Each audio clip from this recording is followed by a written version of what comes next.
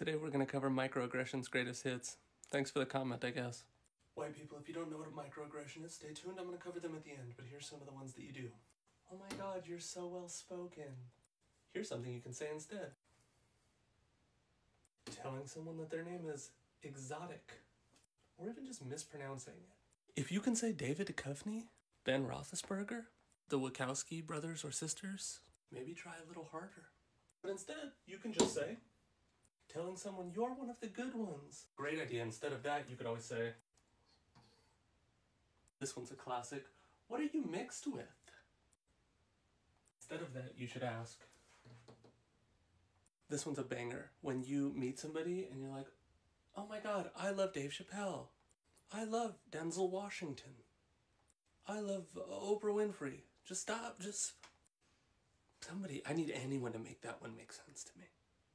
Labeling someone aggressive. Aggressive or angry. Instead of that, there's a great idea. You could always say, you're pretty for a black girl. This one is the top of my list. I'm not gonna lie, I pray for days when I hear these things in public. When white people get a tan, we tend to say things like, I'm darker than you, and then hold your arm next to theirs. Maybe instead what you should say is, that's right, you guessed it.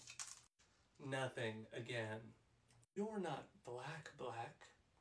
What do you mean by that? Anytime someone changes their hairstyle, they're met with, what did you do to your hair? This is one of the ones where you should definitely just say this instead. Now, if you stayed this long into the video, it means you probably don't know what a microaggressions are.